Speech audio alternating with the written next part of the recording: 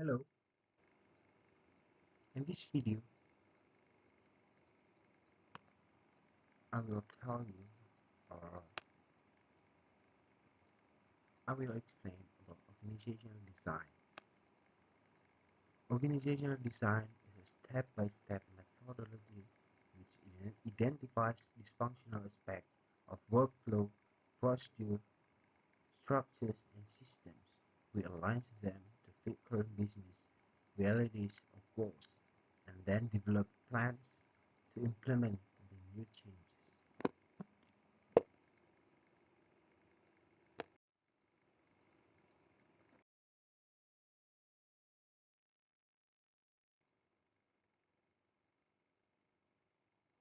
An organizational goal is a desired state of affairs that the organization attempts to reach. A goal represents a result or endpoint toward which organizational efforts are directed. The choice of goals and strategy influences how the organization should be designed.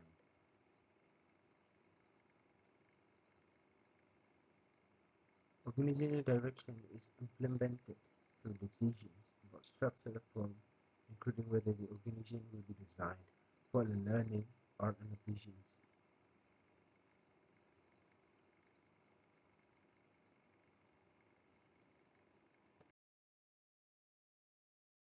Different parts of the organization establish their own goals and objectives to help meet the overall goal, mission, or purpose of the organization.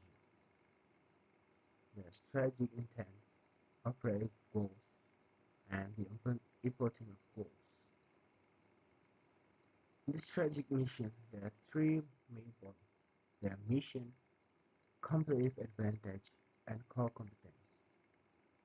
And in operative goals, they are overall performance, resources, market, employee development, productivity, and innovation and change.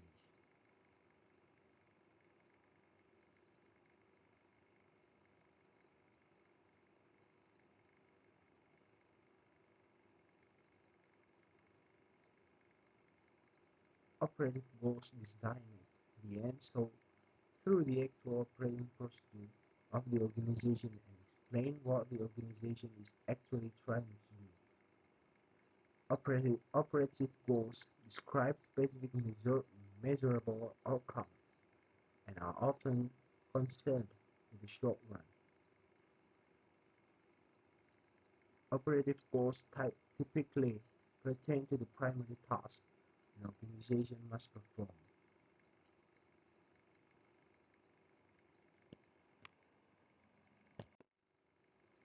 Operative goals serve several specific purposes.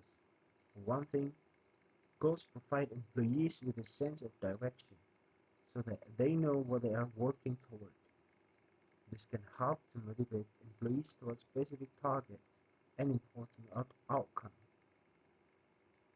Another important purpose of goals is to act as guidelines for employee behavior and decision making. Appropriate goals can act as a set of constraints on individual behavior and action so that employees behave within boundaries that are acceptable to the organization and larger society.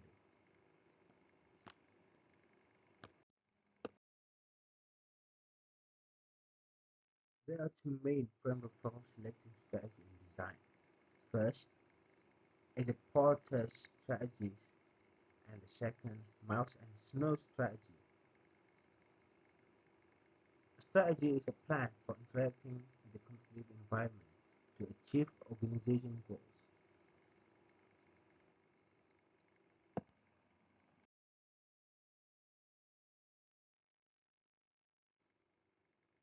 The Porter competitive forces and strategy.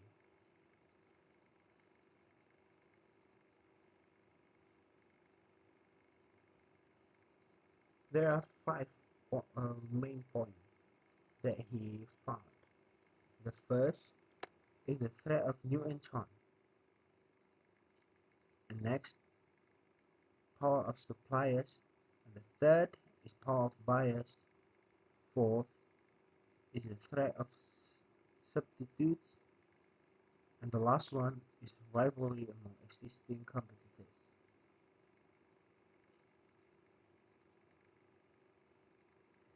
In a differentiation strategy, organizations attempt to distinguish the products or service from other in the industry. An organization may be use advertising, distinctive product features, exceptional service, or new technology to achieve a product perceived as unique.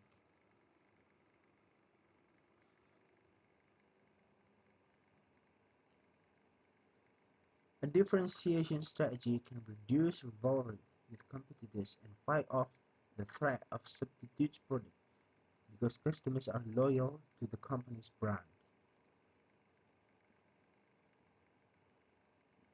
However, companies must remember that successful differentiation strategy require a number of costly activities such as product research and design and extensive advertising.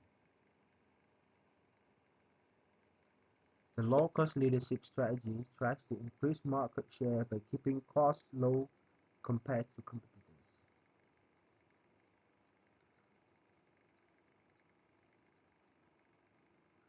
Low cost doesn't necessarily mean low price, but in many cases, low-cost leaders provide goods and service to customers at cheapest price.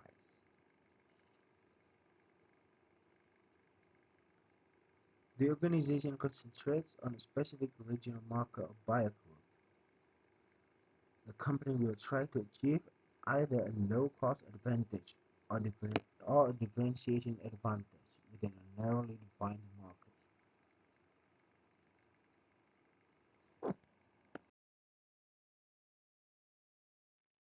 The Miles and Snow topology is based on the idea that managers seek to formulate strategies that will be congruent with the external environment. Organizations strive for a fit among internal organization characteristics, strategy, and the external environment. The four strategies that can be developed are the prospector, the defender, the analyzer, and the reactor. The prospector strategy is to innovate, take risks, seek out new opportunities, and grow. The defender strategy is almost the opposite of the prospector. Rather than taking risks and seek out new opportunities, the defender strategy is concerned with stability or even retrenchment. The analyzer tries to maintain a stable business while innovating the periphery. It seems to lie midway between the prospector and defender. The reactor strategy is not really a strategy at all. Rather, reactors respond to environmental threats and opportunities in an ad hoc fashion. In reactor strategy, the top management has not defined a long-range plan or given the organization an explicit mission or goal. So the organization takes whatever action seems to meet immediate needs.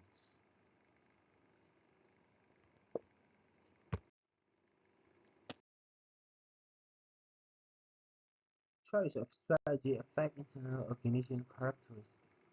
Organization design characteristics need to support the firm competitive approach.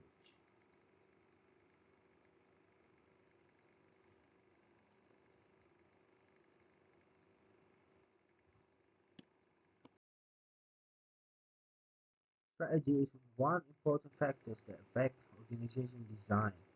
However, organization design is a result of numerous contingencies, which will be discussed later.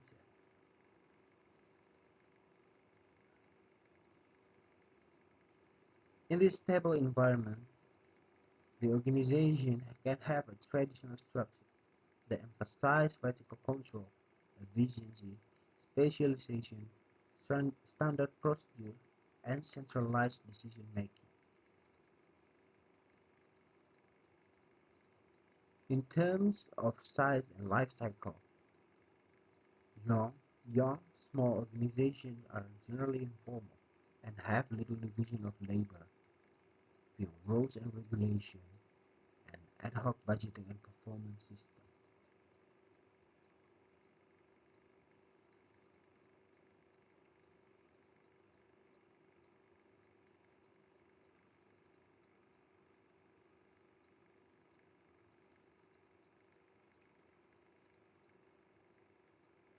Design must also fit the workflow technology of the organization. One responsibility of manager is to design organizations that fit the contingency factors of strategy, environment, size and life cycle, technology and culture. Finding the right fit leads to organization effectiveness, whereas a poor fit can lead to decline or even the demise of the organization.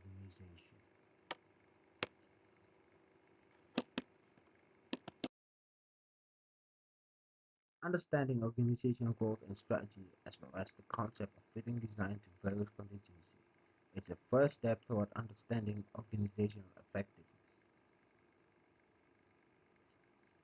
Effectiveness is a broad concept.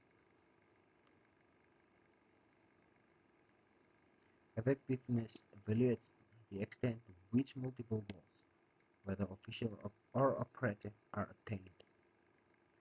Efficiency is a more limited concept that pertains to the internal working of the organization. Sometimes efficiency leads to effectiveness, but in other organizations, efficiency and effectiveness are not related.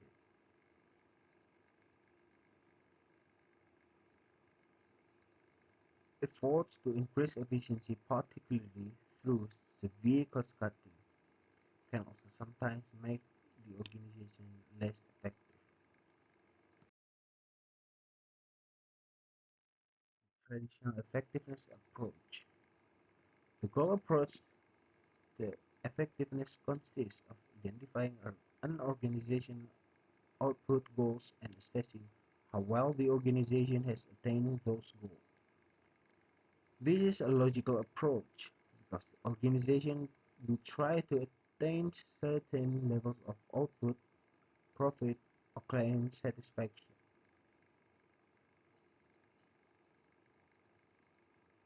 Organization must be successful in obtaining and managing valued resource in order to be effective. From a resource-based perspective, organizational effectiveness is defined as the ability of the organization, in either absolute or relative terms, to obtain scarce and valuable resources and successfully integrate and manage them. In the internal process approach, effectiveness is measured as internal organizational health and efficiency.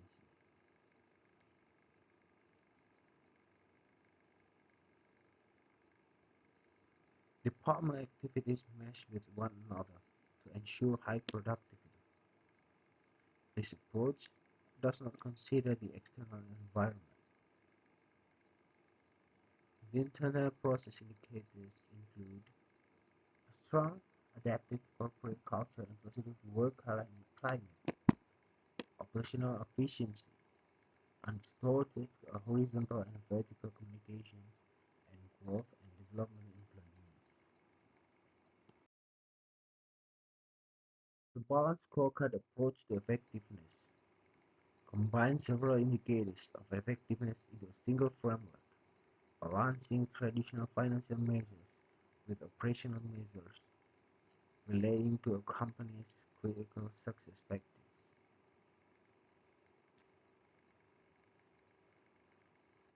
Business organizations have typically focused on financial measures such as profit and return on investment to assess performance. Traditional approaches based on goal, resource-based, or internal process indicators all have something to offer, but each one, just like sole reliance on financial numbers, tells only part of the story. For effectiveness category in the balance scorecard, considered by the balance scorecard is financial, customer service, internal business process, and learning and growth.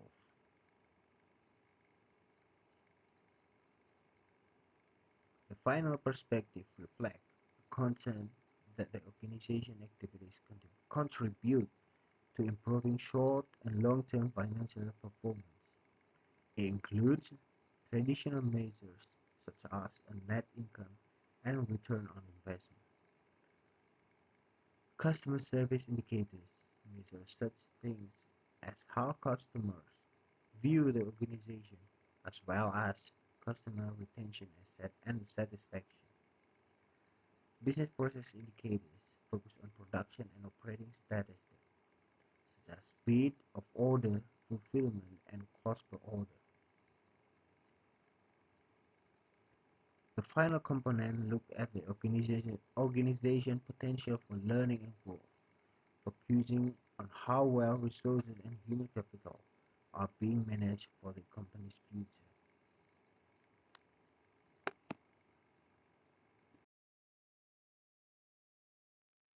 Organization exists for a purpose. Top manager decides the organization's strategic intent, including a specific mission to be accomplished. Strategy may be include any number of techniques to achieve the stated goals. So models for formulating strategy are Porter's forces strategy and the Marsh and Snow strategy. Organization design need to fit the firm competitive approach to contribute to organizational effectiveness. No approach is suitable for every organization, but each offers some advantage the others may lack. That's all, and thank you.